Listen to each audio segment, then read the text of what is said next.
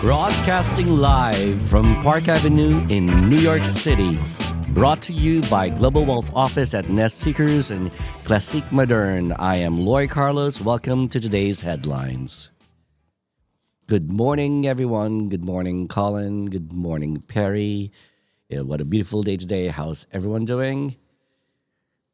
Today's Wednesday, the 15th of January. Can't believe that January is almost, we're in mid-month already in January.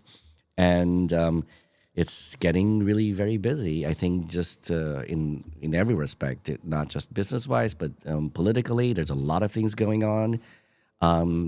So let's get to today's headlines. First, of course, and foremost, are the wildfires in California. I think they're still battling for fires separately.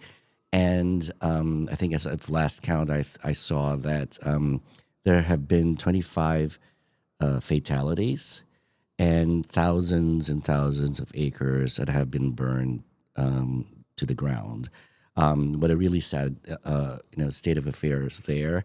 We'll talk a lot more about that tomorrow when we do the podcast. But we send our thoughts and prayers, obviously, to the people who are affected there, and also to the first responders who are still battling that fire. Other news: the nominees for the new Trump cabinet have been not only picked, but now they're also being they're now in front of the Senate for confirmation. Yesterday was an interesting one with the nominee for the Defense Secretary of Defense. Of course, the allegations, were preceding the nomination, allegations of sexual harassment, allegations of alcoholism, allegations of misogyny, not wanting to have women, serving the military. But I think what the most interesting, at least the social media bit that's most interesting that came out of it is I think it's Senator Tammy Duckworth's question about the ASEAN. And as somebody whose ancestry and whose friends live, work, in ASEAN countries, and also ASEAN, that is the Association of Southeast Asian Nations, having member countries that have been, very important in the Indo-Pacific region, strategically since the spice trade. One would think that the nominee for the Secretary of Defense could name one country that belonged in that organization. Japan is not one of them, and certainly Australia is not part of that. But I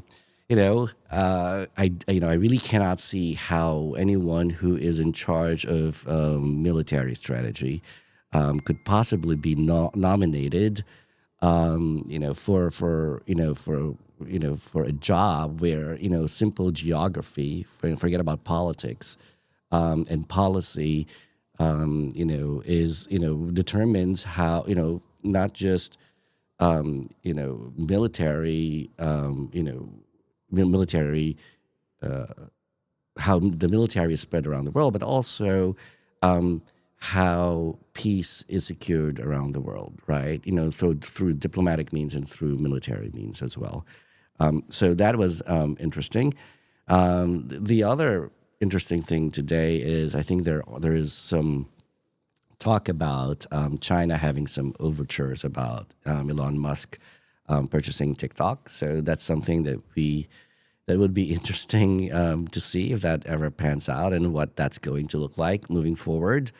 And the most important thing that's coming is, well, at least in today's headlines, is who is appearing at Trump's inauguration.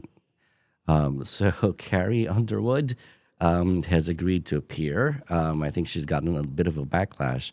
But the more surprising thing is the Village People is also going to be performing during the I don't know, pre-inauguration and maybe in some events, as well. I think many people know that the president elects one of his favorite songs is YMCA. And I have heard through the grapevine, through multiple sources, that the Village People is changing the song a little bit, and it's now going to be called YCYA. And if you don't know what CYA stands for, I think you should really Google that. But moving forward, they're going to be calling the song just plain Y.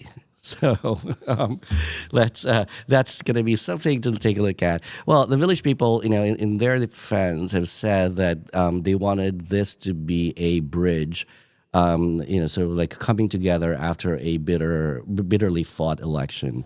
I would just love, for that to be actually the truth. You know, hopefully, what transpires is a preservation of the rights of the people who support them, including the LGBTQ plus community, which were really the foundation of the